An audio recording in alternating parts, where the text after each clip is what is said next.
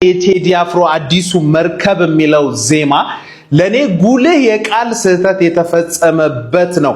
ለምን ተፈጸመ? ቴዲ አፍሮ ይህንን ስህተት አውቆ ወይስ ተሳስቶ ወደሚለው እንመጣለን። የቃሉን የመጀመሪያውን ስህተት ልንገራችሁ።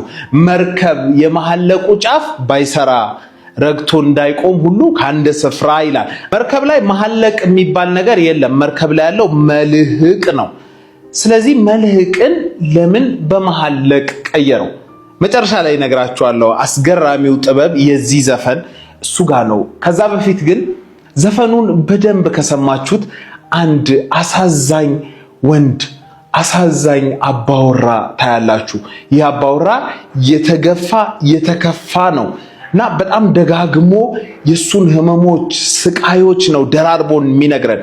እንዳይቆም ሁሉ ከአንድ ስፍራ ቃልሽ ሆነና ቦታው ማይገኝ ተላላ አረገው ልቤን ሰዋማኝ።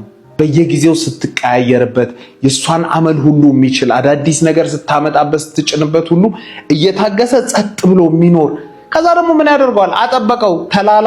ተላላ ሰው የማይወስን ነው። ይናደዳል፣ ይቃጠላል፣ ግን የማይወስን ዝም ብሎ እየዋለለ ያለ ሰው ነው። ይሄ አባወራ በጣም ነው የሚያሳዝነው። ተላላ የሆነ የማይወስን ሁሌ የሚሰቃይ የሚያዝን የሚበደል ግን ተበደልኩም ብሎ እንዳይወጣ ተላላ አደረገው። እንደገና ደግሞ አባሰበት፣ ጨመረለት። ቦይ ብቀድለት እምባዬ ፈሶም አይበቃው ወፍ ጭጭጭ እስኪል ቆሜ ነው ሌቱን ማነገው።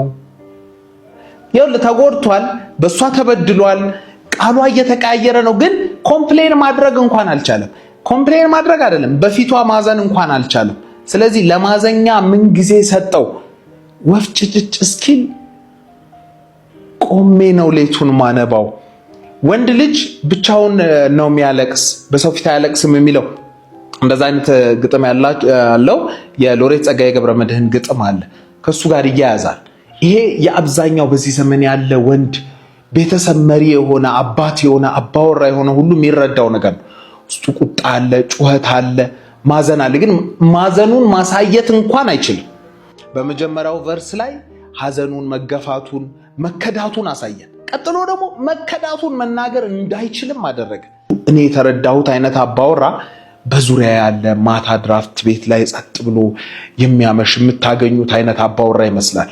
ህይወት የፈተነችው ፊት እያየ የሚኖር ሲኮሳተሩበት የሚሄድ ሳቅ ሲሉለት ደግሞ ትንሽ የሚሰራ ቢከፋው እንኳን መናገር የማይችል ጸጥ የሚል እምባውን አምቆ ሌሊት ትራሱ ላይ የሚያፈስ ስቃይ ያለበት ወንድ ነው። እስኪ እንደዛ ስሙት። የተገፋ የተከዳ የሚናቅ ክብሩን የተነፈገ ከመነፈግም ባለፈ ለማዘን እንኳን ያልተፈቀደለት አይነት አባወራ ታገኛላችሁ።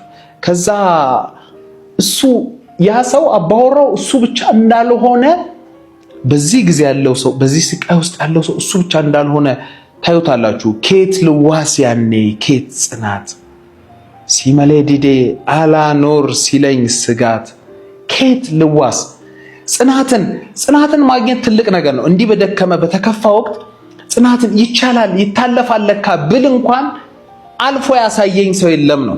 ኬት ላገኘው ነው። ሲመለዲዴ በሁለት ትርጉም ነው እኔ ባገኘሁት ያለው። በኦሮምኛው ካንቺ ውጪ እምቢ ማለት ነው።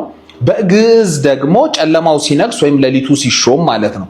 ስለዚህ ለኔ ግዕዙ የበለጠ ሄዶልኛል። ምክንያቱም ጨለማው በነገሰበት ሰዓት ከማን ጽናት ልዋስ? ምክንያቱም ማንንም አይቶ መበርታት አይችልም። እኔ ያለንበትን ጊዜ ይመስለኛል አንዱ አንዱን አይዞህ ማለት የማይችልበት የተከፋበት ሁሉም አቅም ያጣበት ነው። ከማን ልዋስ ይላል። ከዛ የሲቃ ድምጽ ነው የሚለው የሲቃ ድምጽ ነው የምትሰሙት።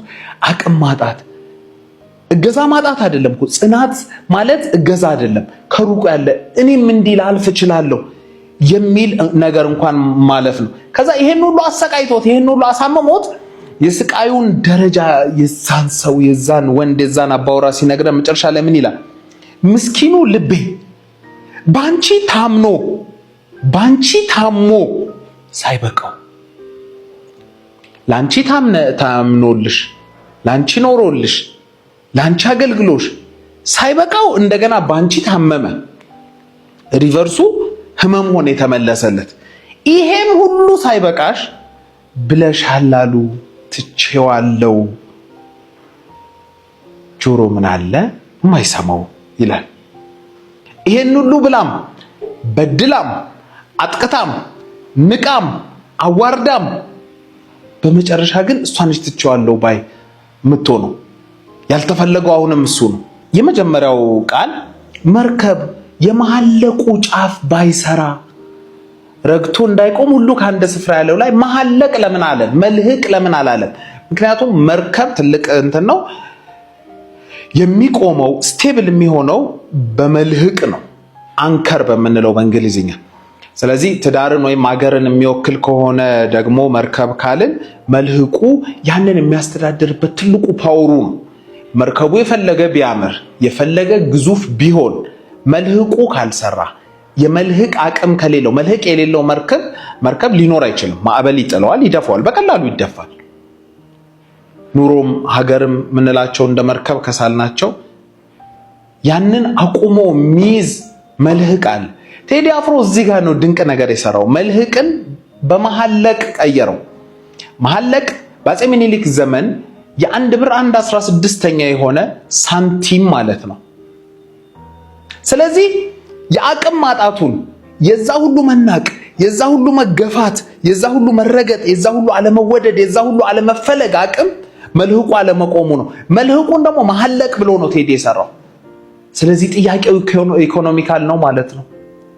መናቁ የመጣው ከኢኮኖሚ ነው። መዋረድ የመጣው ከኢኮኖሚ ነው፣ ከድህነት ነው። ብዙ ወንድ አንገቱን ደፍቶ ለማይገባው ሰው አንገቱን እየደፋ እየተረገጠ እየተሰደበ የአባወራነት የወንድነት ኳሊቲውን አቅሙን አጥቶ ተዋርዶ ከሰው በታች ሆኖ ክብሩን አጥቶ ተተፍቶበት ተረግጦ የሚኖረው ለመሐለቁ ነው።